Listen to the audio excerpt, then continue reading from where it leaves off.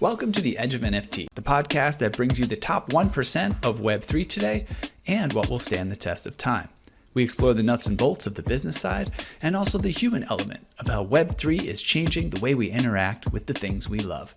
This podcast is for the dreamers, disruptors, and doers who are pumped about this ecosystem and driving where it goes next. Hi everyone, what's going on? This is Josh Krieger, co-host of Edge of NFT, live at FWB Fest. It's day one, already meeting some really awesome folks like Jeff Staple, who we're going to chat with for a little bit. Thank you, thanks for having me. Yeah, it's great to have you on the show, man. We made a studio set in the middle of this mountain. Yeah, with a nice backdrop and everything. So most of you probably know who Jeff Staple is, but a little bit of background. He's a creative visionary with work encompassing graphic design, fashion design, footwear design, and brand marketing. He's the founder of Reed Art Department and has worked on creative projects ranging from startups to Fortune 100 companies. Founded Staple in 1997, the New York-based pioneering streetwear brand, and the infamous pigeon logo that we all know and love. Mike Tyson loves it too, I hear. Yep. And he's also founded a lifestyle boutique, Reed Space, in 2002. And now he's also the creator and host of HypeSeat's most popular podcast, The Business of Hype. And he's one of the most prominent teachers on Skillshare. There's a lot more, but let's just jump into it. Yeah. I haven't asked this question for a while, but it's a question I like to ask. And with you in particular, I'm really curious. What was your first encounter with NFTs and what made you decide to jump in? Let's see, NFTs. I mean, maybe more widely like Web3. My first experience was actually, I encountered through a friend, Steve Giang, who's a dear friend in San Francisco. He's a partner in Kindred Ventures. He introduced me to a guy named Jacob who was starting a thing called Zora. Yeah. And so that was my first interaction. He was trying to explain to me what Zora did, and I was having a hard time understanding it. And I said, well, let's just drop something on Zora. And after I released a physical shoe on Zora, I began to understand the power of what Zora was doing. So you just jumped right in? Yeah, but that's still in my mind like pinky toe in the water, because I have all these different things that I do. And so doing one item release on it was like fairly low lift on my part and experimental. After Zora, I would say my first experience with an actual NFT project was Gary V's VeeFriends. Yeah. So in his VeeFriends collection, he has a couple of pigeons, Perspective Pigeon and Persuasive Pigeon. And when he posted the pigeons from his VeeFriends collection, so many people were tagging me like, Jeff, your pigeon needs to meet Gary's pigeon. And that night, Gary and I got on a FaceTime call. And we talked about how could the Staple pigeon and the VeeFriends pigeon do something together. So we released what I think is probably one of the first physical apparel drops with an NFT project. So holders of the Persuasive and Perspective VeeFriends pigeon got exclusive access to a Staple collection that we created that had both of the pigeons on Wow. it. And that was bananas nuts. As you know, Gary has an incredible community, Yeah. and they just all flocked to us. It was crazy. That's really cool. So I'm an early VeeFriend holder and, big fan of what he's done. I missed the memo on that. When did that go down? 2021. Nice. Yeah. That was early. That's really cool. Very, very early. Yeah, I had the bold as fuck bat just because I was like, that's so Gary, you know? Yeah, like, definitely. It's definitely a favorite. Yeah, so those were my my shepherds, and then I have to shout out the one immediately after that, which is the Artifact guys. So right after the VeeFriends drop, I got in touch with Artifact literally through the DMs, and we began working on what would become the Meta Pigeon, which is really what I would say that's where it stopped being like, am I gonna do this? Should I trial and error this? And like, I just went all in after that. That's cool. I mean, obviously you had some great collaborators just based on your pedigree and background, but I thought there might have been a little bit of apprehension. Is this gonna work? Like, how to this day, brother, what are you talking about? I mean, but you went for it, right? Yeah, I went for it. Yeah, I believed enough in the technology and the promise of the future. I mentioned it in my talk. Creator royalties was a big part of it as well. But as Benny was saying, everything on the blockchain, I think, is really the future. Or actually, it's the present, it's the now. And yeah, it was scary. I was trepidatious going into it, and I'm a fairly cautious person in the sense that like I didn't sort of dismantle my physical world stuff to like go all. I didn't announce to my entire staff like everyone drop your t-shirts and sweatshirts and hoodies and like we're going in. You know, I did it sort of like strategically, but by and large every month that I see this experience go by, I know more and more that I made the right decision to go in. So that's cool. The word phygital has some lovers and some haters. Your reaction was pretty visceral. Yeah. Like, I get it.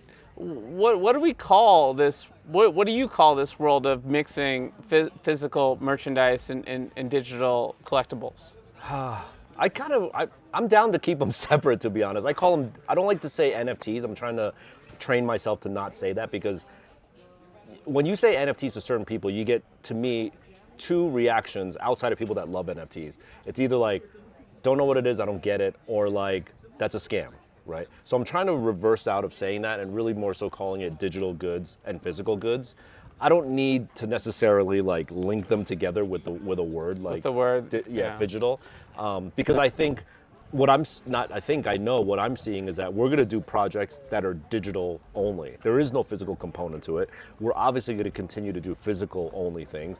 And then we're going to do projects that are really fun where there's a digital component first and then a physical component after. But actually, I just did another collaboration last month with G Money at 90cc. Yeah. And that was physical first, digital after you get the physical. And I love the malleability of all of that. That's what makes this super fun, you know? So I don't need to be like, we're doing only phygital projects from now on, you know? It's dumb. Yeah, I appreciate that. Like, why try to force these two worlds together with some word that doesn't really make sense to anyone but the person that came up with the word? And sounds terrible. Yeah, I appreciate that. Well, let's take a little bit of a broader perspective. You know, the staple pigeon, I did a little recon on you, like 5 minutes of recon. Okay. You know, but I was curious about it, and it has to do with grit. Right. Yeah. And, you know, I'm a Boston guy, you're Jersey. Yeah, Jersey, New York, yep. And I think grit is such a critical part of entrepreneurial journey. They just don't tell you how much grit you need in the good times and the bad times. Yeah. And I'm particularly curious how grit has sort of influenced your creative process, you know, independent of like your entrepreneurial perspective. I think it's probably one of the biggest fuel contributors to what I've been able to accomplish.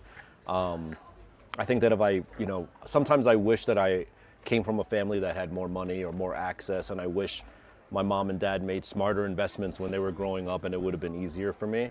But it is what it is. What I gained from that is what you call grit, you know, what I often call hustle. And it's the ability to know that if you don't work and get out of bed, you don't eat. And I think some people can stay in bed and eat. We're not blessed to be in that situation, so we have to hustle. And I think a pigeon, strangely enough, was not only was it the same in the sense that it had to hustle to survive and eat, but by and large, most people hate pigeons, right? They're pests, they're nuisances, and they want to get rid of them, they want them to stop. And when I was starting out in streetwear, creating my own line or painting sneakers and stuff, most people in my circle were like, you're wasting your time, stop, this is stupid, you know, why are you doing this, right? And so I felt that sort of dynamic of what a pigeon was going through, and so that's why I adapted it as my mascot. Yeah, I can totally relate. I was the first guy in my family to go to college, and you know, lived in a poor neighborhood outside of Boston when growing up. Went to a public university. Yeah. And it's all about public school, man. Yeah, and like people have said over the years, like, oh, you've got a lot of hustle, a lot of grit, and I didn't know if I felt like it was a compliment or not, but I think I appreciate the word grit now more than ever because this is a bear market, and the people that I relate to the most are the people that are still pushing boundaries in spite of market conditions. Yeah, and I don't really think we're in a bear market. I know this is a crazy, stupid hot take, but like where we came from at its height, yes, it is down, obviously. But the way I see it is like, man, what's Ethereum right now to US? 1800? Yeah. If there was a country in this world that gave you 1,800 of its dollars to 1 USD, you'd fucking be on a plane to that country right now.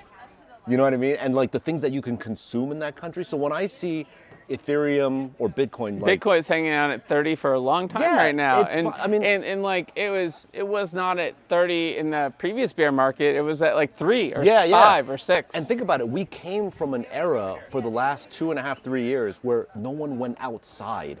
We were inside the whole time. The only thing we could consume were literally digital goods. And guess what?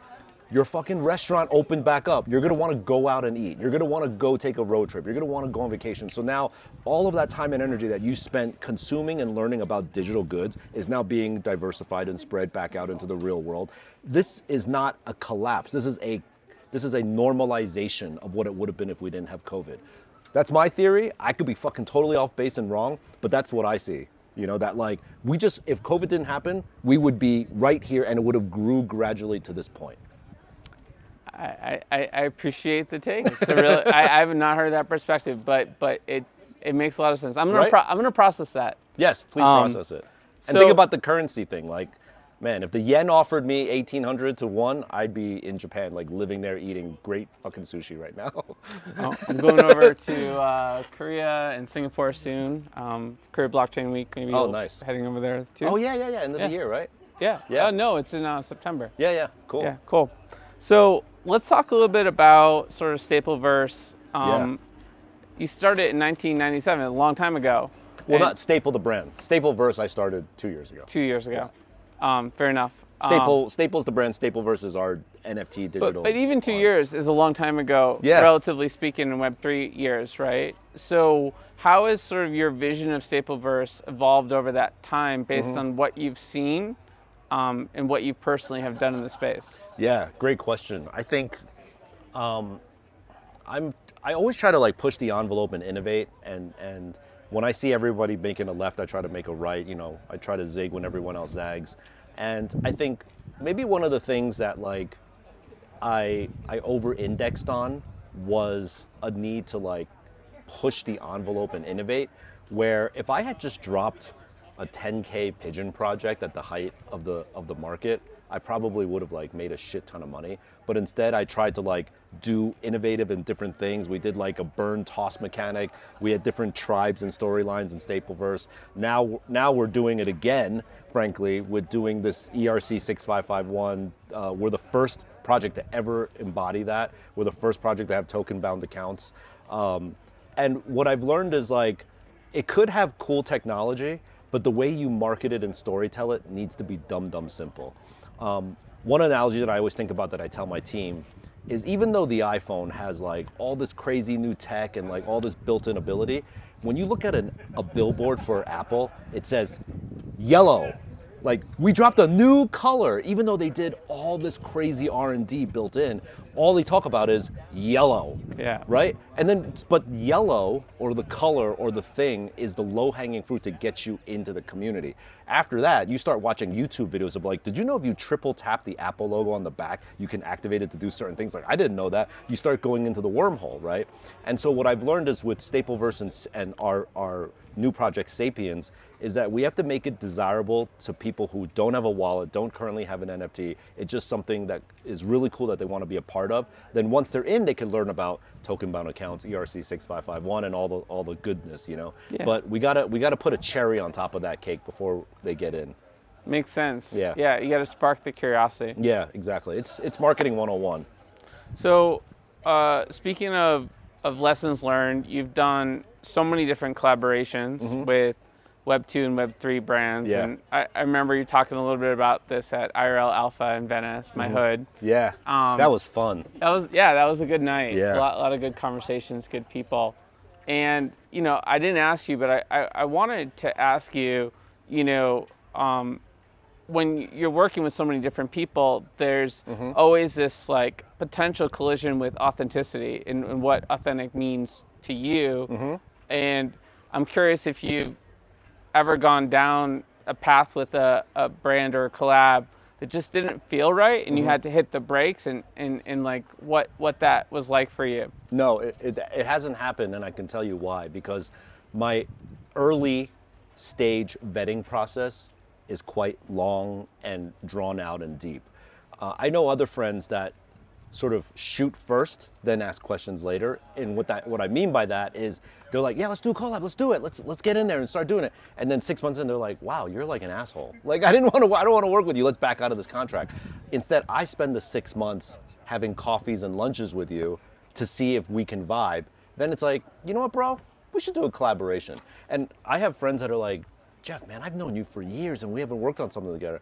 I was like, yeah, but... There might be a reason. No, but also it's like, I just love hanging out with you too. Like, we are collaborating, just we're doing it over dinners, you know? But when the timing is right, we will lock in and figure out how to do something. Like, another streetwear NFT legend in the game is Bobby Hundreds, right? Of course. 100% respect everything he does. We get along great. We're in the same worlds. But We've never done a collaboration. Yeah, and it's like, when we do, it's going to destroy the internet. But until then, we're trying to figure out how we lock in, you know? So I sort of take the long approach and like just really figure out partners before we get into, you know, a relationship, so to speak. Yeah, I appreciate that. And, you know, I had another question around the long perspective just on Web3, right? Yeah. You know, you talked a little bit about how it's impacted your perspective on how you would launch projects and how you're going to be launching projects. But has sort of your thinking on the potential of Web3 evolved, in particular around this creator royalties thing, which is a real drag for all of us, right? Did that like shift your perspective on the potential here that we're working with in any way? You said it right. It was a real drag. And I feel for artists that really rely on that for their livelihood. And the ones that jumped in because of that possibility, right? Yeah, it was one of the biggest. It's like it's the rug pull of rug pulls. Yes, completely. Good point there. I happen to be, you know, in a place where like the creator royalty for me is more like the tip jar money, not like the pay the rent money, but it still sucks, you know. Yeah. But in terms of Web3, what I would try to do is like be much more open-minded to the prospect of collaborating with people. You know, I rely on my team a lot because they really tell me like, oh, this guy's legit, this guy's like in it for the right reasons. So we just did a Magic White T-shirt project with literally a no-name guy from New Jersey, and now he's collaborating with Jeff Staple, you know, where I think if I only had my Web 2 brain on, I'd be like, who the fuck are you? What's your brand? Yeah, call me in 5 years and we'll see. You know? Give folks a little backstory on this, because it's pretty cool how this got set up. Yeah, this is the power of SAPIENZ. So we dropped essentially a blank white T-shirt, NFT. And this white T-shirt could be equipped onto a SAPIENZ, which is our PFP project, right? So your SAPIENZ could now be wearing a blank white T-shirt. We dropped it for $10, okay? But what we said was that, and we sold, I think, over 900 of them in a very short amount of time. And we said, okay, those who own the Magic White Tee are now eligible to design on the shirt. You could take you could take a pen, you could take a silkscreen, you could take AI, you could do whatever you want and design the shirt as you wish, right? Submit it on the internet, social media, tag us, and we got hundreds of submissions of incredible art. I narrowed it down to my top 32. The community, all of the community, Discord, Twitter, Instagram, voted on Sweet 16, Final 8, Final 4, Final 2, Final 1 champion, okay? That one champion now, we were able to change the metadata on the blank white tee, and all those hundreds of people who own the blank white tee, overnight, their shirt turned into the winning design. Wait, what's the tech behind that? ERC6551, token bound account. Connected to the actual shirt? Yes. Wow. Yeah, so the shirt is an NFT owned by your NFT, the SAPIENZ. It's sick. Wow. It's so sick. But I don't want to confuse people with that, see? I don't want to talk about that shit. I just want to talk about this magic white tee versus ERC6551 token bound account, right? So anyway, you wake up one day and it's like, oh shit, my shirt is now the winning design. And now if you're the creator of that design, your design is now on like 900 bodies overnight. You also get the revenue from that as well. And the big kicker is now that guy, JRR, and me are gonna design the next thing together. So overnight, that guy's now doing collaboration with Jeff Staple. All right, well, let's tag JRR for this episode. Yes, if he's you're a out there great listening, guy, you should check this out, JR. And that's awesome that, you know, that type of co-creation, which Web3 is all about, occurred. Man. So it's getting late. There's good vibes music coming. Yeah. One last question for you. Mm-hmm. We started a new podcast, Edge of AI. This is the Edge of NFT Podcast, but I think for us, we're really just curious about AI and wanting to learn together with some of the leaders and pioneers in that space. Yeah. And you're a curious guy. So to what extent have you dabbled with AI personally, and then how are you looking at it from a creative perspective in the types of projects that you work on? I'm less so using it for art. I'm playing with it in the art space, but not doing anything that I would actually release. So I'm basically like learning the language right now. On like the sort of the more ChatGPT text-based side, I'm using it much more to help with like improving my writing, helping with responses and things like that. It's great, but contracts? Yeah, contracts, it's awesome, you know? So, and also like, I'd be like, hey, can you write this speech in the style and tone of Jeff Staple? That's how does a it do? trip. It does it too good because it almost takes like bites of information that I would say and like uses it too much and it makes it cringy, if you know what I mean. Like if I said one catchphrase in a talk, it'll just keep using that. I'm like, oh, stop doing that. It's so corny, you know? So, but I have been using it for that. I'm actually, even though some people might think like the things that I do are innovative, I'm actually sort of like a middle to late adapter. I'm not really like bleeding edge first to market to stuff. I mean, like you said, yeah, I've been into NFTs for 2 years, but not 8 years ago when the first ever thing was on the chain for the Ethereum network, So I sort of like to wait, see people jump in first, make sure it's not a complete scam, make sure I'm not endangering myself and everything I've created, and then dabble a little bit, be strategic about it. I'm really proud of the mini empire that I've built in fashion, footwear, and creative agency work. I don't know if it's mini, man. I think everyone knows what you're up to. Yeah, but I'm very cognizant to not dismantle the whole thing that I've built because of one knee-jerk reaction to some new thing, some new shiny new object that I encountered. Still dabbling. Yeah. So while we were talking, I asked ChatGPT, which I'm in love with too. What is one question you would ask Jeff Staple that never gets asked? Holy shit. So let's see, because I want to ask you questions that, I don't want you to get bored Okay, here. what did ChatGPT All right, ask? throughout your career in design and streetwear, you've had a significant impact on the industry. Looking back, is there a particular lesser known or behind the scenes moment or decision you made that you believe had a surprisingly profound influence on your brand and the streetwear culture as a whole? Wow. It's a good question. Bars. Yo, ChatGPT bars. Damn. Okay. One thing that rarely gets asked of me that has sort of nothing to do with street culture is I've had, and I know this is going to sound weird, I've had the honor and blessing of going through 2 separate near-death experiences. One was very fast and instantaneous, meaning I got hit by a truck in Japan while I was on a bike, head-on collision. And the other one was very long and drawn out. I was on a 6-hour hike in the Chilean Andes Mountains and I got lost and a rescue team had to come get me. And I thought I dug my own grave and I laid in it, like I thought it was done.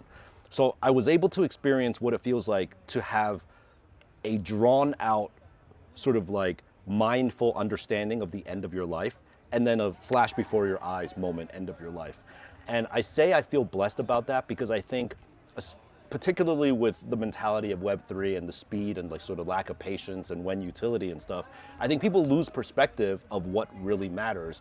And because I was able to gain those 2 experiences, that is always going to be locked in my core of like, no matter what we're dealing with here, it is not you on the side of a mountain digging your own grave. Wow. I think that's as profound a way to end this conversation as there could be. This has been an amazing time getting to you better, and people should check out Stapleverse. Yes, please. Pretty much on all socials. Not hard to find you. At Jeff Staple. Well, you don't click a bad link. So SAPIENZ, SAPIENZ.xyz or Stapleverse.xyz. Don't click on those weird links that you see, don't want to get your wallet drained. For sure, but do learn more about what you're up to, and thanks for your time. Yeah, thank you. You have questions about blockchain? Like, how big of a block can you chain without throwing out your back? Or if you receive that chain letter, how did you block it? And does blockchain taste better barbecued or deep fried? Luckily, you don't have to ponder these quandaries alone anymore, because Blockchain Training Alliance is here to answer them and also train you in real-world blockchain issues that will impact your business's bottom line and orient it future forward along the ley lines of the most important tech humanity has perfected since harnessing atomic energy. If you're into those sorts of things, Blockchain Training Alliance is a top leader in the field, counting among its clients IBM, Microsoft, Disney, Morgan Stanley, and many more, and offering a wide array of technical and non-technical courses. Whether you're a computer neophyte training for an incredible career in this new space, or a coding expert honing your skills, Blockchain Training Alliance will help you steer your ship home safely, filled with treasure. Arg. So hurry and sign up for the Blockchain Training Alliance course that best fits your needs at blockchaintrainingalliance.com. Use discount code EDGEOF for 50% off and start your next block today. Hi everyone, Josh Krieger here, co-founder and co-host of Edge of NFT, and excited to be live at FWB Fest 2023, meeting some awesome people. Got a chance to attend Benny's talk earlier, and this is a conversation we've wanted to have on the show for a little while in terms of the new ERC standard that you guys forged slightly before Outer Edge at ETH Denver. And now we get to dive deep, and it's great to meet you in person, Benny. Thank you, Josh. Really good to be here, and we are really excited. I mean, it's super hot here, but it's been incredible. So many amazing people here. And yet, for our audio listeners, Benny's still rocking a Dickies full ensemble, and yeah, you can take the heat more than I can. Well, let's start off with your bio. Normally, you know, if we're doing a normal show, we would sort of read the bio anyways, and I think yours is pretty amazing.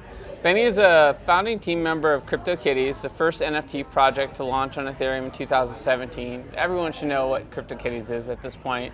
And since the formation of Dapper Labs, he has taken on so many different roles, from building the earliest NFT community in Asia to launching several core projects like Cheese Wizards, Dapper Wallet, and a little project some of you may know as NBA Top Shots. And during his tenure at Dapper Labs, he also helped release the most iconic digital fashion project, Iridescence, in collaboration with The Fabricant.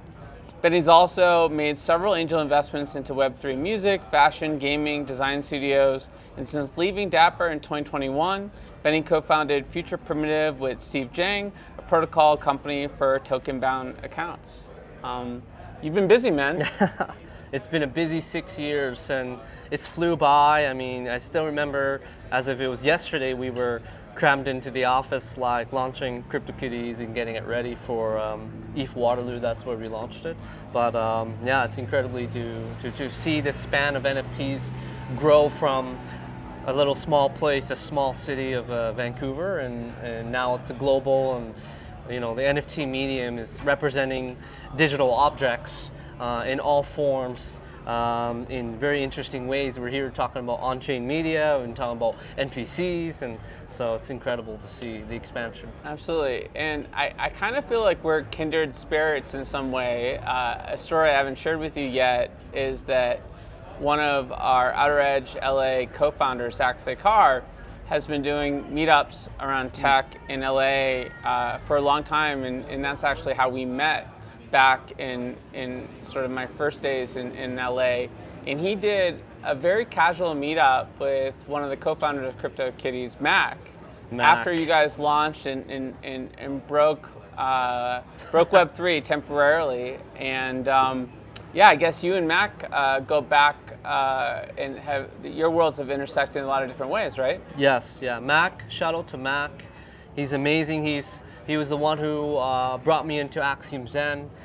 He's my spiritual mentor. He's the creative wild side of me is from Mac. I learned from him so many different lessons of building products and really pursuing like creative ideas that may, you know, make people kind of squint their eyes a little bit. But yeah, Mac is a kindred spirit, and you know, he's an awesome guy. Cool. And another sort of way our paths crossed is we started Edge of NFT Podcast in March of 2021, and you know what really caught our attention. We'd been in blockchain for many years prior to that, but we were looking for that like real world use case that just really culturally fit the zeitgeist of the moment. Yeah. And Jeff, one of my co-founders, had been dabbling with NBA Top Shots. He bought a bunch of packs. Wow. And you know, I think one of his early victories in the world of Web3 was, you know, getting a LeBron card, and you know, amazing, making incredible return. But for us, that was an aha moment about something is here and it's different, and you were part of that. So thank you for getting me into Web3, and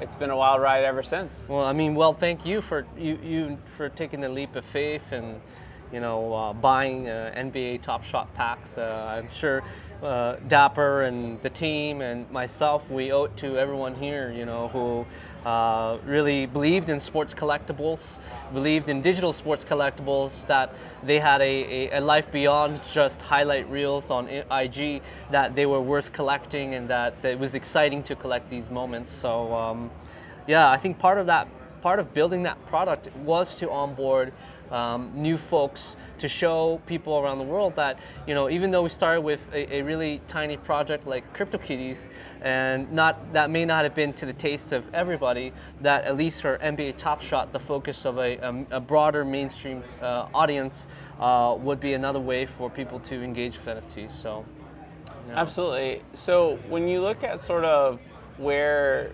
NFTs have gone since there, as a sort of investor in the space and sort of a student of a practitioner, like, what's your perspective on sort of sports collectibles, fashion, culture as a digital moment? Has it shifted since those early days of NBA Top Shot? I think it's challenging. I come from a startup background, been working in startups since 2015, and I still adhere to a lot of the first principles or of building a product, right? So product market fit, crossing the chasm, all these types of things. So the way I think about it is, it all comes down to human behaviors and human psychology, right, or sociology, and how do a group of humans already interact, right? And I really believe in building products, regardless if it's NFTs or just like a normal Web 2 app, that really aids that behavior, or it kind of amplifies it, right? So I think like all these verticals of fashion and sports and on-chain media, all these things, they have different timing in the market. It's reliant on overall education and overall like understanding of like, what is the crypto wallet that allows you to take the next step. I think right now we're actually in a period of on-chain media and digital fashion. I think those two areas are the correct timing. Sports collectibles with Top Shot in 2021, 2020 had its moment. I have a lot of opinions about how that direction should head around sports collectibles. But currently the model I believe that Top Shot created, or the team that I was leading, it needs some adjustments, some refinement for a version 2 of what it could look like. Let's cover that, and then we'll go on to sort of the other areas you mentioned. What's the type of refinement that you see? And I mean, there's been other folks that have sort of dabbled in that area, from DraftKings to Autograph. No. Right, and I would say that market is slowed down from our day-to-day usage. I mean, of course, Topps has also done some things in the space now. What are the refinements you'd like to see? I think the key is the fan in the community. So as a product lead of NBA Top Shot, one thing I saw was on Twitter, and again, going back to human like behaviors and patterns, right? The NBA official account on Twitter would post the highlight reels of the games that were being played, right? And you can see in the comment section with the NBA Top Shot community, people were like, yo, mint this moment, right? And I think that was the conversation for a while. Like, exactly. Why can't there be real-time minting? Exactly. And so the problem or the challenge that I see right now is that, the Top Shot team has a small team that watches all the content in partnership with the NBA, and they curate and select the moments that are to be minted in a pack, right? Now, albeit they are really great curators, they're basketball fans, they pick great moments, right? But what's more powerful is imagine that the community through social media can comment on a highlight reel that's posted by NBA, like, hey, mint this moment, and there's a social leaderboard where people vote, and let's say, Josh, you end up getting the most vote on a highlight reel, and we mint that moment, and now it'd be like, hey, this moment was curated by Josh, right? Yeah, that whole like co-creation aspect of Web3 that is like part of the great hope, right? And this opportunity to sort of be part of the editorial team, I think that makes sense. There's a lot of conversations we have on the show about co-creating stories in sort of written form. Neil Strauss has been on the show. He did Alien, an alien sort of themed novel on the blockchain, one of the earliest examples of that. And I think that's one of the great use cases. And of course, other folks are doing that too. Toonstar we've had on the show, and they're doing that with their animation series. Yeah. I mean, why? How do we sort of create that extreme level of interactivity? So Exactly. That's really interesting. And then the last thing is just like incentivizing the curators, right? Like there's a fee. If you use the marketplace of Top Shot, you're paying. There's a fee collected by Dapper, right? And albeit that's helping to fuel the company on that, but I think a portion of that should be allocated to the curator network, right? And now it really creates a cycle of like an empowered community of thousands of curators who are watching the best moment, voting for the best moments, and getting incentivized, right? Yeah, that could be pretty powerful. I think that application, I think it's just interesting for any founder to think about in terms of whatever use cases they are for Web3. So let's sort of pivot the conversation a little bit to fashion on-chain media. First of all, like these are two industries that can be defined a lot of different ways. When we think about fashion, I'm curious if we're talking about traditional physical fashion going digital fashion going physical, sort of mixed use cases. Where do you see the biggest opportunity there? So I've been thinking about this a lot, and so I have a conceptual idea of how I wrap my head around all of these things, and then I have a practical way of seeing how it could be executed, right? So the conceptual idea is water can be ice and steam, right? It's different states of matter, right? And so when I think about like digital fashion or fashion, like what we're really talking about is transitory states that clothing or fashion can be in. And in the future, it should be as fluid just like how water can be in these different states with a little bit of temperature changes, right? Albeit for fashion, it wouldn't be temperature. It would be like, okay, this fabric is made up of cotton, which is atoms, but it should have a digital representation that is made up of bytes or zeros and ones. The key thing is to blend the two so that depending on your use case or how you want to use it or how you want to show it off, you could determine, how you want to do that, right? So that's kind of the conceptual one. The practical one is a project that we worked on with Jeff Staple, SAPIENZ, and it's this idea of like, because I've had a history of, I'm an advisor investor of The Fabricant. I've been following digital fashion since the beginning 2018, prior to Artifact and all these other companies. And I think now I've realized after a few years that making hyper-realistic digital fashion is super cool, but it's really expensive to do, and distribution is a really hard problem, right? Yes, you can use Snap ARKit or SnapKit or ARKit to kind of like display the clothing. Or DressX. Yeah. But it doesn't look that good. Like it's still kind of a bit choppy. Sometimes like it kind of fits crooked on your head. Exactly. And yeah, like it might not be the right size for your body. Exactly. So what we've kind of arrived at with SAPIENZ is like, okay, we know distribution of the biggest distribution is the profile picture. It's the circle that is in all social media that has an audience. So why don't we launch a character-based NFT project, SAPIENZ, where you can change your clothing 10, 20, 30, 50 times a day without paying gas, and it's on Ethereum mainnet, and it's fully on-chain. And in that circle frame, which is the distribution, you could have different aesthetics changing every day if you'd like to, right? Even have a hand that pops up to float like a shoe or something like that. So that's kind of, in my mind, the practical execution of digital fashion. And how do you do that without having to spend an exorbitant amount of time messing with your profile instead of doing other things like touching the grass like we are here? Hey there, NFT Space Cadet. Let's zoom in on the globe from outer space today to Abbot Kinney Boulevard in Venice Beach, LA. Let me show you a cosmic tech beacon that shines out among the bustle of fashion, art, and food there. It's a thriving software dev, data science, and design studio known as AE Studio, where scores of the sharpest minds have come together to help founders and execs create software and machine learning solutions that are not only profitable and increase our agency as humans, but that give us that warm, fuzzy feeling that elegant tech so wonderfully does.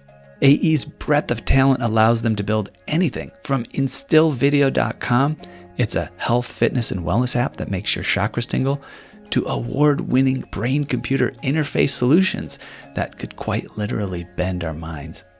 Oh, and keep an eye out for Token Runners, their NFT white label marketplace, as well as our highly anticipated NFT drop, Boomer NFT.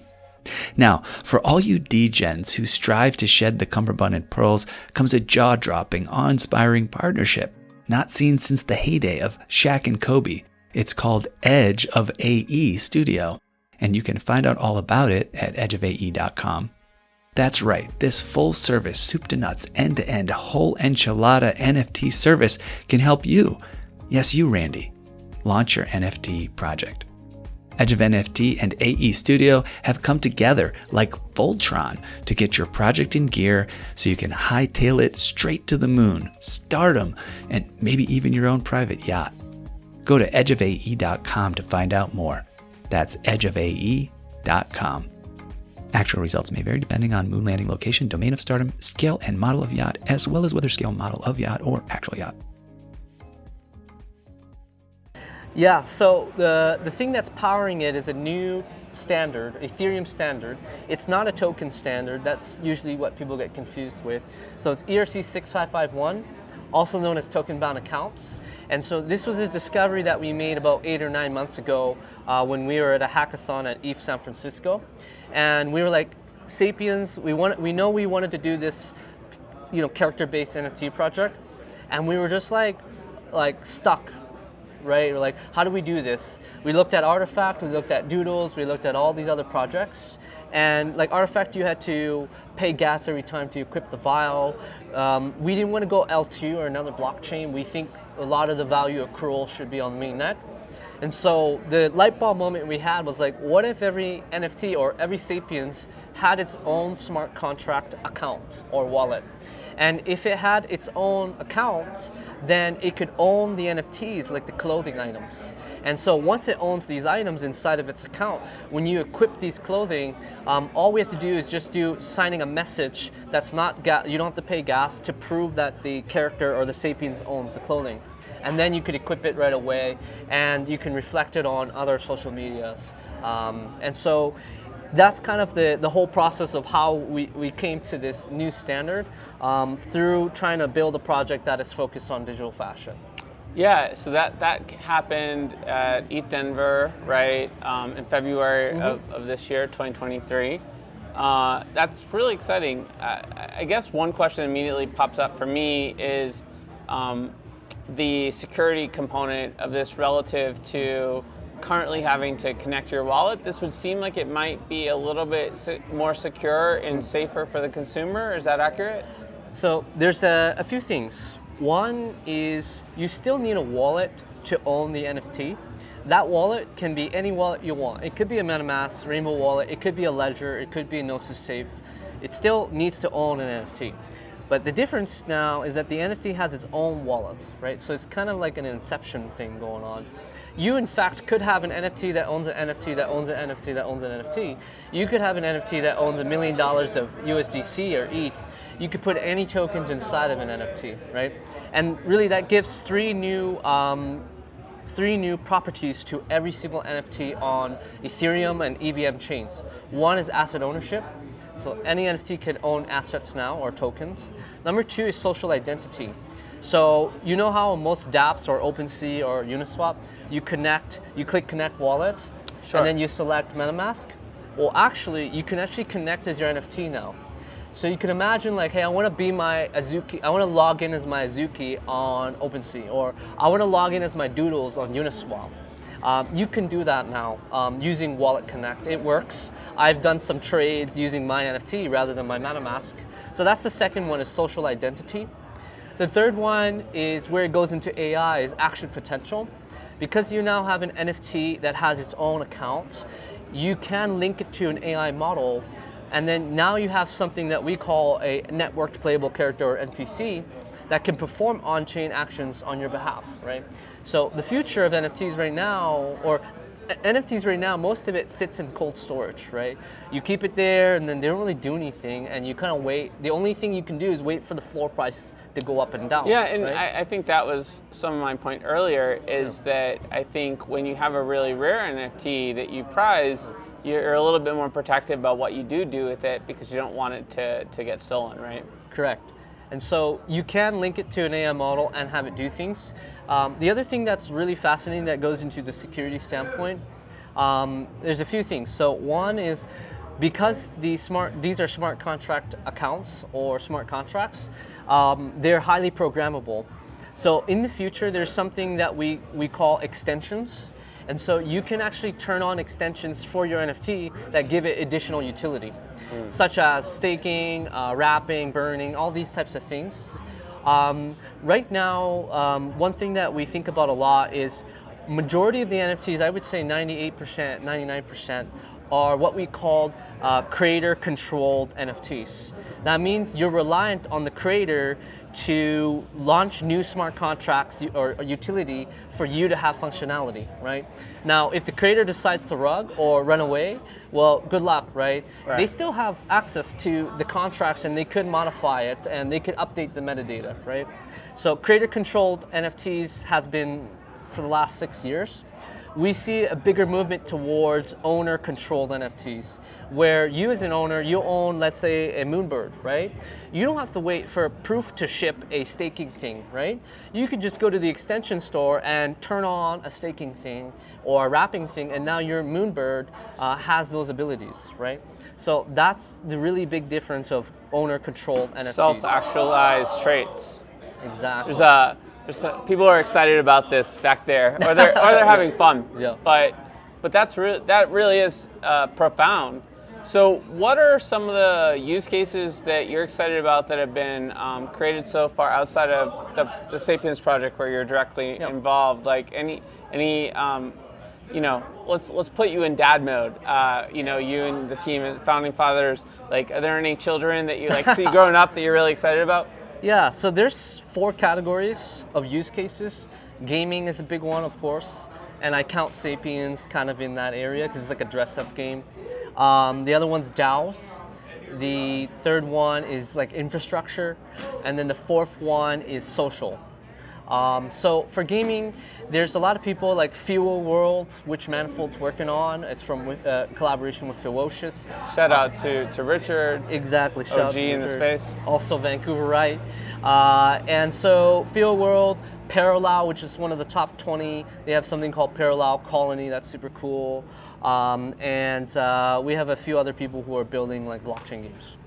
Number 2 is DAO. So Station, DAO House, Yield Guild Games. A lot of them are thinking about NFT membership cards where you can earn stickers and badges based on your engagement. Normally right now for DAOs, all of that stuff sits in your EOA or your MetaMask, and when you sell the membership, all those badges kind of stay there if they're soul-bound tokens. Here you can actually put them inside of the membership and accrue like a better picture of that member, right? So that's DAOs. Infrastructure, Airstack has built the first indexer for token-bound accounts. We have Pinata, we have, we're talking to OpenSea, Zora, Wallet Connect, all these different platforms. And then fourth is social. So Lens Protocol, they announced at EFCC in Paris a few weeks ago or a month ago that Lens version 2, the profiles will all be token-bound accounts. So that means your Lens profile can actually collect follows and likes and other content pieces. So what it really does is it converts an NFT from a static asset to a dynamic asset that can actually own and have relationships, right, with other tokens. And so that's why the social side is going to become a huge thing, I believe, in the next few months or year. So I want to bring this back to the use case around AI that you mentioned earlier. We have a new show, Edge of AI, as well, and I think the intersection between Web3 and AI is profound in terms of what might be possible here. What immediately comes to mind for me is sort of using AI to sort of give your NFT even more life and more choice, more fluidity on its own fruition, where you can kind of give it a sense of your identity and what you want it to do. Is that accurate? Yeah, I think an AI model can, in a simple way, absorb data, right, and it can make sense of it, right? So, yes, AI models can prescribe a personality, and we've done some tests actually at ETH Waterloo a few months ago, where we had a CryptoKitty with all its traits, and we fed it into OpenAI API, and it actually created a personality for the CryptoKitty. So you could feed it metadata. You can also answer a few questions or, upload your own data, and now the NFT can kind of absorb your personality, right? And then the third part is you can just have the NFT access all of the data points that are already accessible in the API of all these AI models. And so we kind of see it in two fronts. One is using AI models with NFTs for entertainment, personality creation, content creation realm. The other side is like productivity. Having an NPC or an NFT help you perform on-chain actions. Like, hey, you could talk to your NPC, which is an NFT. Hey, I want you to do the weekly quest on Rabbit Hole, and it'll just do it all and earn you tokens, right? Or, hey, I want you to curate the coolest music NFTs on Sound, and you give it a budget and it goes and picks it for you. So it could be productivity or entertainment purposes. That's cool. It's sort of, I have bad Wi-Fi right now. I was going to ask ChatGPT what I should be asking you out of curiosity, but you had mentioned on-chain media.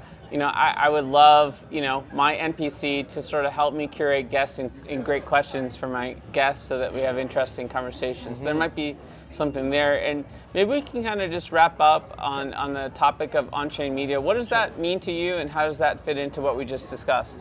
Absolutely. So I did a talk here fully focused on that area. And the way I see on-chain media is media right now, where does it actually sit or live in terms of like storage, right?